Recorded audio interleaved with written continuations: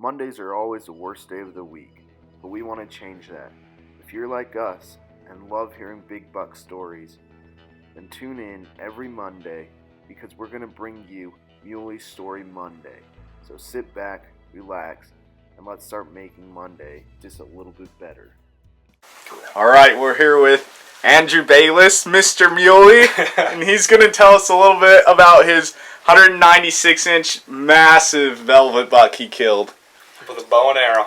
Oh yeah, with a bow. Alright guys, so I first found this deer in 2012. I was just out kind of hiking through some dark timber, exploring some new area, and I had been out setting trail camps, and I get on this pretty good trail, and ended up finding, I was hiking back to my truck, and there's a little moonshine jug, old moonshine jug leaning up against this tree. And I'm like, I started looking around, I'm like, that's kind of cool, you know? And I'm like, oh, heck, I got one more camera, let's throw it up. And so I threw the camera out, put a little salt on the ground, and kind of took off. And I forgot about the camera for a little while, and came back in there one night, and to go check it. And I ended up finding this guy on it back in 2012, and I killed him in 2013. And so I decided from then on I was going to name this deer Moonshine because of the jug against the tree. And that's kind of how he got his name. That's awesome. And so I never had really any opportunities with him in 2012. He's kind of cool, little tripod going on in the back fork, and he was a cool buck, but he got even bigger. And actually, here comes 2013, and I was hunting archery, and I found him again almost instantly after setting up trail cameras. And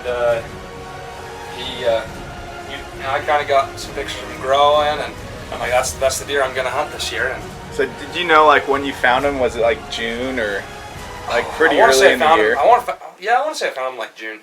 Okay. I glassed him up a couple times, but And you knew instantly it was him. Oh, that's him. I know that's that Moonshine. buck. That's yeah. Moonshine. I'm after him, you know. And back then I didn't have a phone scope or anything, so I didn't get really any video. Can't afford a video camera. But you saw him on the hoof too. Like scouting and stuff. Seen him on the hoof while I was scouting, yeah, so had tons of trail cam pictures of him in 2012, 2013, and so here comes opening morning of the archery hunt in Utah, general season, just bow tag, and I'm like, well, there's no way I could even kill a deer that big, so I'm gonna hunt elk this morning because you can hunt elk on the unit too, and at the same time, so I had an archery elk tag in my pocket, and so I go sit down and I'm I'm sitting some water for elk. Gets late in the morning, I'm like, you're kidding me, there's no elk. And so I'm like, well, I'm gonna go check a couple cameras. So I'm hiking around, gonna go check some cameras, and of course I have my bow with me, you know, and I'm kind of creeping along, and I pull up my binos, I pull up my binos, and it was just a wall of velvet. I mean, with the inlines lining up, and I'm like, dude, that's Moonshine. And so I'm freaking out. I am just freaking out. So I start to put a stalk on him. I somehow, an unexperienced 17-year-old, he didn't spook on me when I was cracking sticks walking up to him. And I get to about 70 yards, had an old loophole rangefinder, and I could barely get it to bounce. Barely get it to bounce 70 yards. I was shaking so bad. I'm like, just hitting. I'm like, okay, average about 70 yards is what I got back, you know. So put it back down, and he's broadside, and then he turns and looks at me, and I just lost it. I was like like this, just like, oh. I'm like sweeping my 70 pin over his vitals. I'm like, finally I got to sit there for a minute and touched it off, and I just see branches go flying away. I just missed the biggest deer of my life on opening morning. You know, I was all sorts of upset. So I go walking over there, and I'm like, I better go find my arrow. And the deer took off. Go over there to find my arrow, and I'm like, blood on these rocks. I was like, no way. I hit him. I was just like, I fell on the ground. I'm like, no way. I was so excited. And so didn't even end up finding my arrow. I'm like, well, that's fine, you know. And so I'm like, all right, what did Corey Bundy teach me? He's like, never push him, right, especially you don't know how good the shot is. And so I just headed right back out of it. I'm like, all right, you know, Corey would definitely tell me to leave right now. So I hiked back to my truck, and went back and kind of, all right, I'm gonna give him a couple hours. And I cooked up an elk steak, and I couldn't even eat it. I was so excited. I was like, I'm just gonna cook some steak and relax, and I didn't even eat the steak. All right, I'm gonna go look. I can't wait any longer. It's been like 2 or 3 hours, and I'm like, I gotta find him soon, because it's opening day of archery, and so it's pretty warm. And so I cruised on back up there and started my hike about a mile off the road to where first blood was, and hiked in there and got on first blood again and slowly followed it. I was with a good buddy, Peyton Dancliffe, and he was helping me track. Me and Peyton.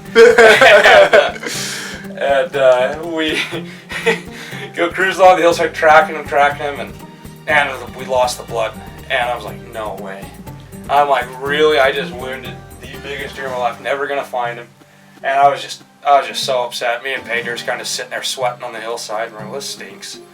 And then Peyton, we're kind of walking, starting to cut back on back to where we last had blood. And Peyton's like, I can smell a deer. I'm like, no, you can't, dude. And there's like a little draft going. No, I swear I can smell it.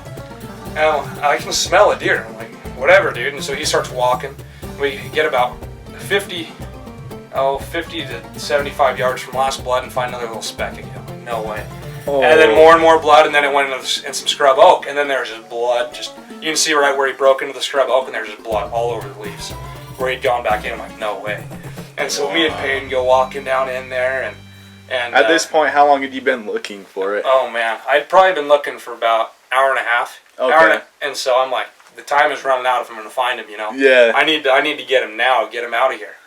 And so we go taking off through this scrub oak. I'm holding my bow up in the air, trying not to break my pins off, And we get down there, and I can kind of smell deer too, And we're just kind of weaving through this scrub, and then all of a sudden I see just a white, like a summer colored leg of a deer with a hoof poking up. And I'm like, no way.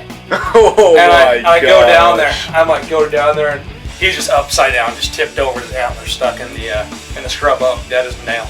And I'm like, yes! I was so stoked. Man, it was the most exciting thing ever. Taking that with a bow and arrow, and yeah, that's so crazy. Yeah, and so it was a long haul. I had lots of ups and downs, and was just all in all, it was a good time.